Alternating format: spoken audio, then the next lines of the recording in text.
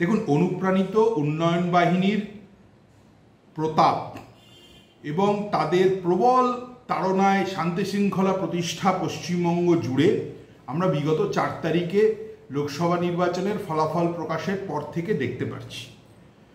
তাতে বিভিন্ন সময় এদিকে বোমা পড়া, ওদিকে বাড়ি ভাঙা, এদিকে শ্লীলতাহানি, ওদিকে বাচ্চা মেয়েদের হাত পা ধরে টানা, তাদের বাবা মাকে গালাগাল করা, এই অবধি চলছে। গতকাল মামুদপুর গ্রাম পঞ্চায়েতে মাদারপুর গ্রামে আমাদের কর্মী সাধন ঘোষকে বেধড়ক মারধর করা হলো এবং আশঙ্কাজনক অবস্থায় ভদ্রলোক এইমসে ভর্তি, হয়তো প্রাণে বাঁচবেন না, এরকম একটা অবস্থা তৈরি হয়েছে। তৃণমূলের পঞ্চায়েত সদস্য তাদের নেতাদের নির্দেশেই ব্যারাকপুর লোকসভা অঞ্চলে শান্তি স্থাপনের প্রবল প্রচেষ্টা করে যাচ্ছেন এবং এটা আর একটা উদাহরণ যে আপনি বলছেন এক, করছেন আর এক। ব্যারাকপুরের লোকসভার নবনির্বাচিত এমপি সাহেব বারবার বলছেন যে উনি গুন্ডারাজ খতম করতে চান, সেই বলেই উনি মানুষের কাছ থেকে ভোট চাইতেও বেরিয়েছিলেন। চারিদিকে পোস্টার লাগিয়েছিলেন গুন্ডারাজ শেষ করতে হবে, তাই তৃণমূলকে ভোট দেওয়া উচিত। এই তাহলে কী রাজ? এটা কি শান্তি শৃঙ্খলা প্রচেষ্টার চেষ্টা? কিছুদিন আগে তো শুনলাম মাইক নিয়ে চারিদিকে টোটো করে ঘুরে বলা হচ্ছিল আইন কেউ নিজের হাতে তুলে নেবেন না, অতি উৎসাহ দেখাবেন না, শান্তি শৃঙ্খলা বজায় রাখুন। তাহলে আজকে কেন আমাদের কর্মী সাধন ঘোষকে এভাবে হামলা করা হলো? তার অপরাধ কি? তার অপরাধ সে বিজেপি করে, বিরোধী দল করে, তাই পশ্চিমবঙ্গের বুকে কি বিরোধী দল করা যাবে না? আপনারা সংবিধান ধ্বংস করে দেবে বিজেপি বলে তো ভোট চাইছিলেন, তাহলে আপনি কোন সংবিধান রক্ষার জন্য বিজেপি কর্মীদের উপর আক্রমণ করছেন, তাদের ঘর ভাঙছেন? আমাদের কি সংবিধান অধিকার দেয়নি রাজনৈতিক দল করার? আমাদের কি সংবিধান অধিকার দেয়নি পশ্চিমবঙ্গের বুকে আমরা বিজেপি করতে পারি শান্তিভাবে?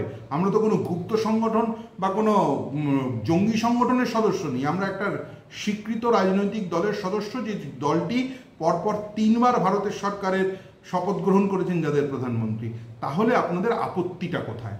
নাকি আপনারা এই হিংস্রতা দেখিয়ে বিজেপি কর্মীদের মনোবল ভাঙতে চাইছেন? আমার প্রশ্নটা এখানে।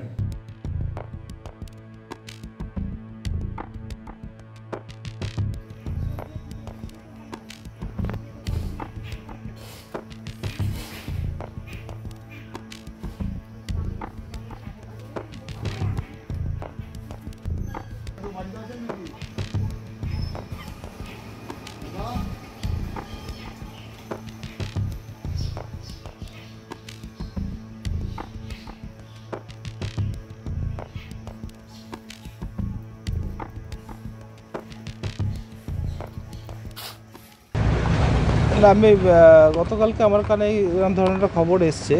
আমি জানি না যে বিজেপি কর্মী কিংবা বিজেপির কোনো লোক কিনা, সেটা আমি জানি না। আমি শুনলাম যে মাদারপুরে এরকম একজন মারপিট হয়েছে, এক টোটো চালকের সাথে মারপিট হয়েছে।